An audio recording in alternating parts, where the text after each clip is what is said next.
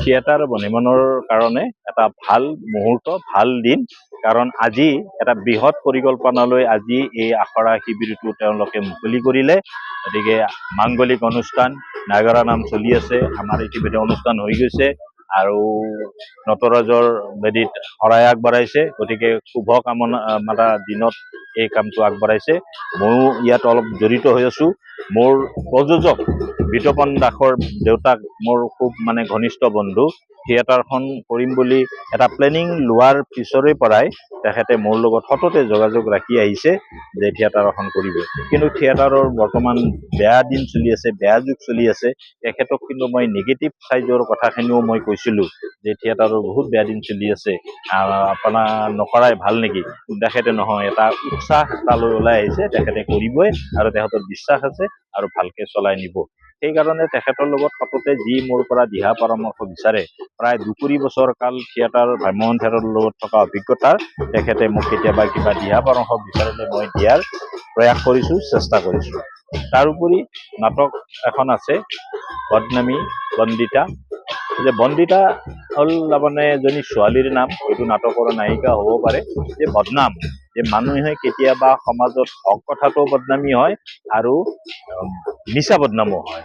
যে হক কথাত বদনামী হ'ব লগা হ'লে তাতে বেছি আফচোচ কৰি লাভ নাই যে ছোৱালীজনী বা মানুহজন বদমাইছ, ভাল নহয়, গতিকে তেওঁ এইটো হ'বই, বদনাম খাবই, বেয়া। আৰু সেনেকুৱা মানুহে বদনাম দিলেও লাজ নাপায়। কিন্তু কিছুমান নিৰ্জু সহজ সৰল নিৰ্দোষী মানুহো বেলেগৰ অপযশ, বেলেগ ষড়যন্ত্ৰত বদনাম হ'ব লগা হয়, বদনামী হ'ব লগা হয়। গতিকে মোৰ এই কাহিনীৰ নায়িকাগৰাকীও এনেকে প্ৰকৃতাৰ্থত এজন সৎ, নিষ্ঠাবান, ভাল ছোৱালী, নিৰ্জু ছোৱালী। কিন্তু সমাজৰ এচম পৰশ্ৰীকাতৰ লোকে তেওঁৰ ওপৰত মিছা বদনাম জাপি দি জীৱনটো বহুত দুখকৰ, কষ্টকৰ কৰি তুলিছিল। গতিকে কিন্তু পৰৱৰ্তী সময়ত শেষ মুহূৰ্তত তাৰ পৰা যে তেওঁ দোষী হয়নে নহয়, বদনামী হয়নে নহয়, তাৰ ফলটো শেষত দেখুওৱা হৈছে। তাৰোপৰি সাধাৰণভাৱে আজিকালি প্ৰয়োজন হোৱা কিছু একশ্যন, কিছু নাচ গান আদি ৰখাৰ চেষ্টা কৰিছোঁ। নাটকখনত থাকিবই, সেইবিলাক ট্ৰিটমেণ্ট নহ'লে আজিকালি এটা চামে নাটক চাব নোখোজে। এইখিনি ৰাখিছোঁ, আশা ৰাখিছোঁ আপোনালোকৰো সহায় সহযোগিতা পালে নাটকখনে জনপ্ৰিয়তা পাব বুলি মোৰ এটা দৃঢ় বিশ্বাস আছে। নমস্কাৰ। পোনপ্ৰথমে অসমীয়া নৱবৰ্ষৰ লগতে ৰঙালী বিহুৰ আন্তৰিক শুভেচ্ছা জ্ঞাপন কৰিলোঁ। নটৰাজৰ চৰণত শতকোটি প্ৰণিপাত জনাই আজি আমাৰ থিয়েটাৰ বৰ্নিমানৰ শিবিৰ মুকলি কৰা হৈছে। আজি এই বিশেষ দিনটো আমাৰ নাম প্ৰসংগৰ দ্বাৰাই আৰম্ভণি কৰা হৈছে। অহা অনাগত দিনত যাতে আমাৰ এই থিয়েটাৰ বৰ্নিমানৰ কামবোৰ সুকলমে হৈ যায়, সকলোৱে যাতে আশীৰ্বাদ কৰে, তাকে সকলোৱে ৰাইজৰ আগত বা অসমবাসীৰ আগত যাতে আমাৰ সকলো কাম সুকলমে হৈ যায়। আকৌ আমাৰ ৰিহাৰ্চেল ষ্টাৰ্ট হ'ব আমাৰ জুলাইৰ পৰা। তাৰপিছত খুব ধুনীয়া নাটক 3খন আছে, আপোনালোকে চাই আনন্দিত হ'ব, ভাল পাব চাই কিনে।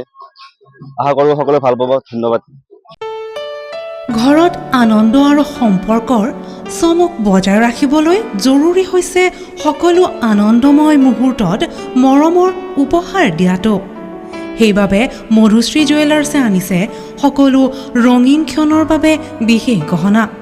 হীৰাৰে হওক, সোণৰে হওক বা ৰূপৰে হওক, শ্ৰেষ্ঠ ডিজাইনছ আৰু হলমাৰ্কযুক্ত গহনাই ৰাখে সম্পৰ্কক নিখুঁত। তেনেহ'লে আজিয়ে আনক আনন্দ মধুশ্ৰী জুৱেলাৰ্ছৰ সৈতে। যোগাযোগ কৰক 7002800341 নাইবা ভিজিট কৰক LNB ৰোড, নলবাৰী, অসম।